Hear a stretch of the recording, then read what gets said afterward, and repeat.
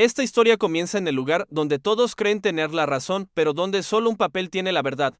Si te gustan los relatos de justicia silenciosa, giros inesperados y lecciones de vida que golpean fuerte, suscríbete al canal ahora mismo y activa la campanita. Lo que vas a escuchar a continuación te demostrará que, a veces, la persona más invisible de la sala es la que tiene la llave de todo.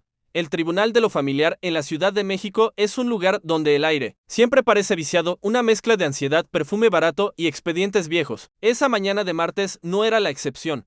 En la sala de audiencias número 4, la familia Montemayor ocupaba casi todas las sillas disponibles. Eran fáciles de reconocer, trajes bien cortados, relojes que costaban más que el sueldo anual de un empleado promedio y esa postura rígida de quienes están acostumbrados a dar órdenes, no a recibirlas. Estaban allí por la lectura definitiva del testamento de don Augusto Montemayor, patriarca de una de las constructoras más importantes del país. Fallecido 3 meses atrás a los 72 años, en primera fila estaba Roberto, el hijo mayor, revisando su celular con impaciencia, como si el trámite fuera una pérdida de tiempo entre una reunión y otra. A su lado, su esposa, Sofía, se abanicaba con un folleto, mirando a todos por encima del hombro. Detrás de ellos, los dos hermanos menores, Carla y Felipe, cuchicheaban entre risas nerviosas, calculando ya en qué gastarían su parte seguro. Nos deja la casa de Valle de Bravo a los 13, susurró Carla, y las acciones, bueno, eso ya lo pelearemos. Pero mínimo nos toca el 30% a cada uno. Yo solo quiero que esto acabe, respondió Felipe. Tengo un vuelo a Miami en la tarde. Nadie miraba hacia la última fila, pegada a la puerta, donde estaba sentada Elena. Elena tenía 38 años. Vestía una falda gris desgastada y una blusa blanca impecable pero sencilla. Tenía las manos cruzadas sobre el regazo, apretando un rosario de madera barato. Nadie la saludó al entrar. De hecho, cuando cruzó el umbral, Roberto apenas le dedicó una mirada de fastidio, como quien ve a alguien del servicio que se equivocó de habitación. ¿Qué hace ella aquí?, había preguntado Sofía en voz baja al verla entrar. Ni idea, respondió Roberto. Seguro papá le dejó alguna pensión mínima o algo para que no molestara. Ya sabes cómo era él con sus obras de caridad. Elena los escuchó cada palabra, pero no dijo nada. Se sentó en la silla más alejada, bajó la vista y esperó. Para los Montemayor, ella era la enfermera, la mujer que había cuidado a don Augusto durante los últimos 5 años de su vida. Cuando el cáncer empezó a comerse su fuerza y, según los hijos, su cordura, para ellos, Elena era la empleada que cambiaba sábanas, daba medicinas y escuchaba las historias repetidas de un viejo enfermo, alguien a quien se le pagaba un sueldo y se le exigía silencio, lo que ninguno de ellos sabía. Lo que estaban a punto de descubrir de la manera más brutal posible era que Elena no estaba allí solo para escuchar. Estaba allí porque Augusto, en sus momentos de mayor lucidez, había tomado decisiones que iban a sacudir los cimientos de esa familia perfecta. El juez, un hombre de unos 60 años con cara de pocos amigos, entró en la sala. Todos se pusieron de pie. Siéntense, le ordenó, acomodando sus lentes. Estamos aquí para dar lectura a la última voluntad testamentaria del señor Augusto Montemayor. Roberto se acomodó la corbata, listo para recibir su imperio. Carla y Felipe sonrieron de Elena al fondo. Solo cerró los ojos y respiró hondo, preparándose para la tormenta que sabía que estaba por desatarse. El juez abrió el sobresellado.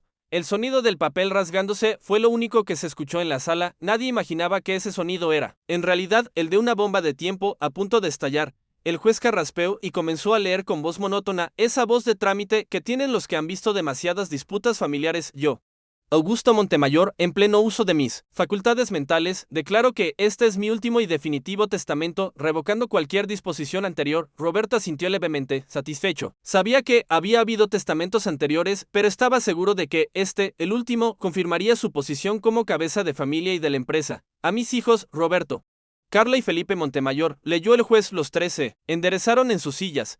Era el momento. Les dejo, en partes iguales, la propiedad indivisa de la casa familiar ubicada en Lomas de Chapultepec, así como la colección de autos clásicos y el mobiliario contenido en dicha propiedad. Roberto frunció el ceño. ¿Solo la casa?, murmuró, casi para sí mismo. La casa valía millones, sí, pero comparada con la constructora, con los contratos gubernamentales, con las cuentas en el extranjero, era nada. El juez continuó a sí mismo. Les asigno una pensión mensual vitalicia de 50,000 pesos a cada uno, indexada a la inflación, condicionada a que no impugnen este testamento. Carla soltó una risita nerviosa, casi histérica. 50,000 pesos, dijo en voz alta, olvidando el decoro. Eso no me alcanza ni para la tarjeta de crédito. Silencio en la sala, ordenó el juez sin levantar la vista. Roberto se puso de pie, rojo de ira. Señor juez, tiene que haber un error. ¿Dónde están las acciones de la constructora? ¿Dónde están las cuentas de inversión? Mi padre no pudo habernos dejado solo una casa y una mensualidad de hambre. Nosotros somos los que mantenemos el apellido. El juez lo miró por encima de sus gafas. Siéntese, señor Montemayor. Aún no termino. Roberto se sentó, respirando agitado. Seguro viene ahora, le susurró Sofía, apretándole el brazo. Seguro las acciones están en un fideicomiso aparte para protegerlas de impuestos. Tu papá era listo. El juez pasó la página. El ruido de la hoja al voltearse resonó como un disparo seco en cuanto a la totalidad de las acciones de Grupo Kenstracker Montemayor, así como los activos líquidos en las cuentas de Banco Santander y BBVA y las propiedades de descanso en Valle de Bravo y Acapulco. Los hermanos contuvieron el aliento. Aquí estaba. El verdadero premio. Roberto se inclinó hacia adelante, listo para escuchar su nombre. Nombro como heredera universal y administradora única. Roberto sonrió. Estaba seguro de que, diría mi primogénito. Carla y Felipe cruzaron los dedos a mi esposa legítima por matrimonio civil bajo el régimen de sociedad conyugal. El silencio que siguió fue absoluto. Sofía miró a Roberto de esposa. Susurró, pero si tu mamá murió hace 15 años. Tu papá no sé. Volvió a casar. Roberto se quedó helado. Mi padre era viudo, dijo, con voz temblorosa. Señor juez, esto es un error. No hay esposa. El juez levantó la vista del documento y buscó con la mirada en la sala. Sus ojos pasaron por encima de los trajes caros, de las joyas, de la indignación de los hijos, y se detuvieron. Con una precisión quirúrgica, en la última, fílate en la mujer de falda gris y manos entrelazadas. Señora Elena Ramírez de Montemayor, dijo el juez con voz clara, ¿puede ponerse de pie, por favor? Elena se levantó despacio, sus piernas temblaban un poco, pero mantuvo la cabeza en alto. El sonido de las sillas arrastrándose fue violento cuando todos los Montemayor se giraron para mirarla. ¿La enfermera?, gritó Carla, incrédula. Esa mujer. Roberto se levantó de un salto como impulsado por un resorte. Esto es una broma, bramó. Esa mujer es la empleada. Le cambiaba los pañales a mi padre. ¿Cómo que esposa? Elena no dijo nada, solo metió la mano en su bolso desgastado y sacó un sobremanila. Caminó hacia el estrado del juez pasando junto a los hijos que la miraban con una mezcla de odio y asco, como si fuera una cucaracha que acabara de aparecer. En su plato de comida, le entregó el sobre al juez. Aquí está el acta, su señoría, dijo Elena. Su voz era suave, pero firme. No tembló. El juez abrió el sobre, sacó un documento con sellos oficiales y lo revisó brevemente. Es correcta, dijo, mostrando el papel a la sala. Acta de matrimonio civil, fechada hace 2 años, firmada por don Augusto Montemayor y la señora Elena Ramírez. Régimen de sociedad conyugal. Roberto sintió que el suelo se abría bajo sus pies. 2 años, llevaban 2 años casados, y nadie se había dado cuenta. El caos estalló en la sala de audiencias. Roberto gritaba que era un fraude. Carla lloraba histérica, diciendo que les habían robado. Felipe amenazaba con llamar a sus abogados penalistas. El juez tuvo que golpear el mazo varias veces y amenazar con desalojarlos para recuperar el orden. Es una cazafortunas, gritó Sofía, señalando a Elena con un dedo lleno de anillos. Se aprovechó de un viejo senil. Lo manipuló. Seguro lo drogaba para que firmara. Elena seguía de pie frente al juez, de espaldas a ellos. No se giró para defenderse. No les dio el gusto de verla llorar o asustarse. Señora Elena, dijo el juez, ignorando los gritos, según este testamento, usted es la dueña del 70% de los activos y la presidenta del consejo de administración de la constructora. ¿Acepta la herencia? Fue entonces cuando Elena se giró.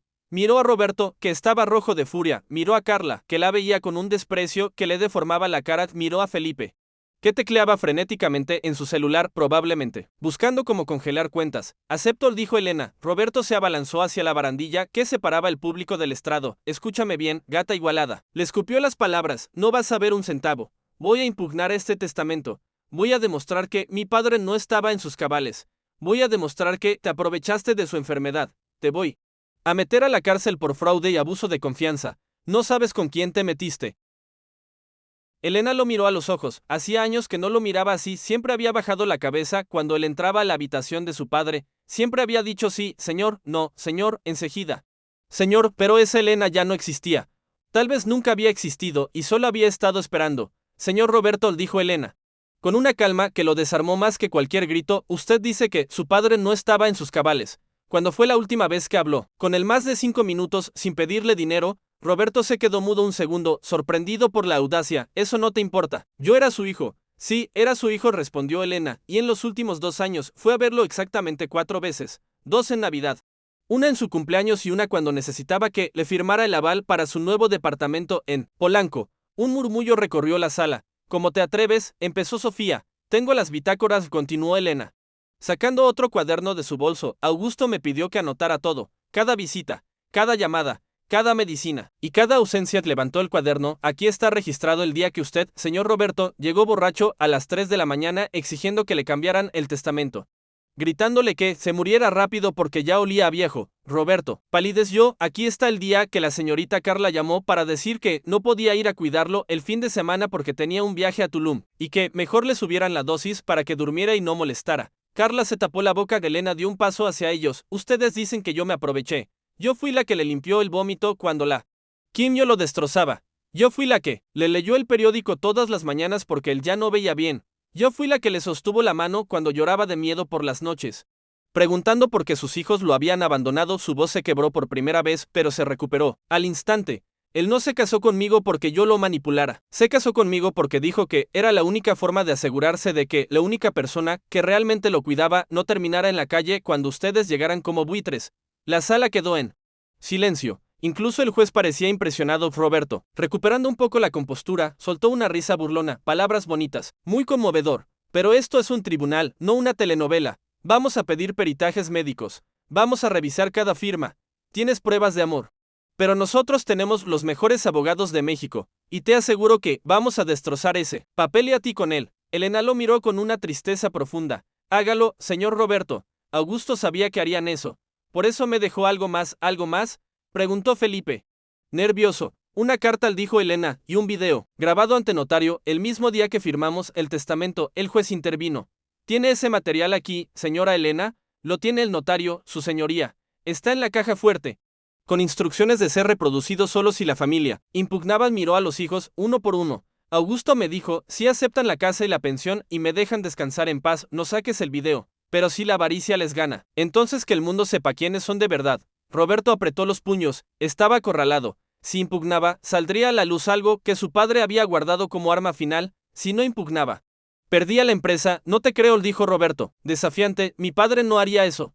Él valoraba el apellido. No nos expondría al escándalo. Estás blofeando. Elena suspiró. ¿Quiere apostar su herencia a eso?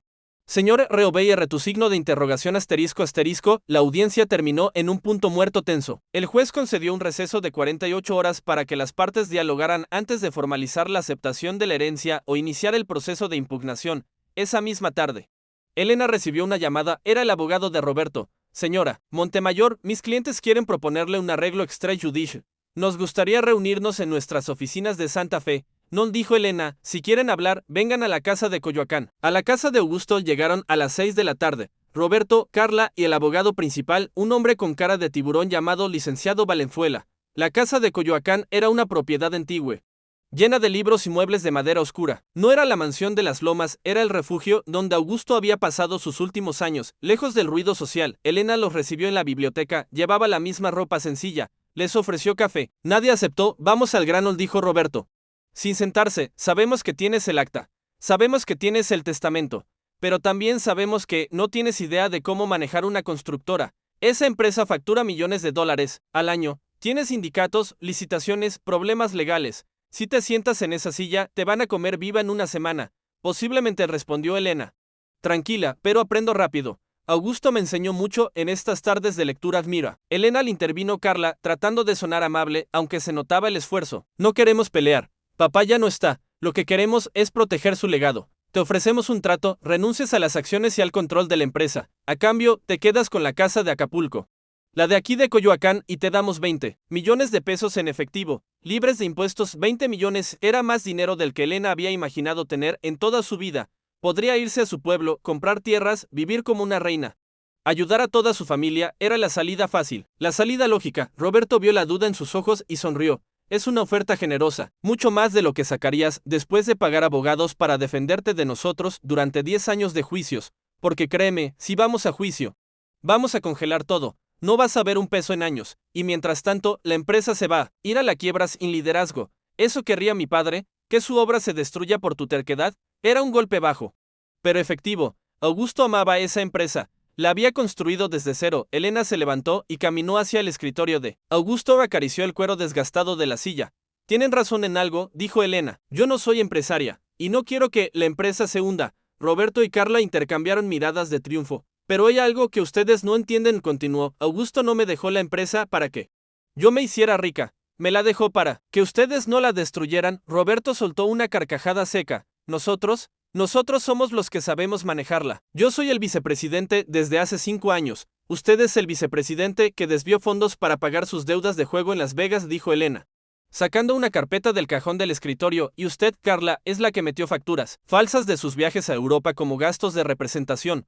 Los hermanos se quedaron petrificados. ¿Cómo tienes eso?, susurró Roberto. Augusto lo sabía todo, dijo Elena, lo sabía y le dolía en el alma. Me pidió que guardara estas auditorías. Me dijo, Elena, si les doy la empresa, la van a vender en pedazos para seguir manteniendo sus vicios. Tú eres la única honesta que conozco. Tú vas a decidir quién merece estar ahí. Puso la carpeta sobre la mesa. Así que no acepto sus 20 millones. Mi contraoferta es esta. Yo me quedo con el control mayoritario tal como dice el testamento. Contrataremos a un director general externo, profesional. Ustedes conservan sus puestos en el consejo, pero sin poder de firma y con sueldos auditados. Si roban un peso más, los denuncio y saco el video de su padre. Roberto estaba temblando de rabia. No puedes hacernos esto.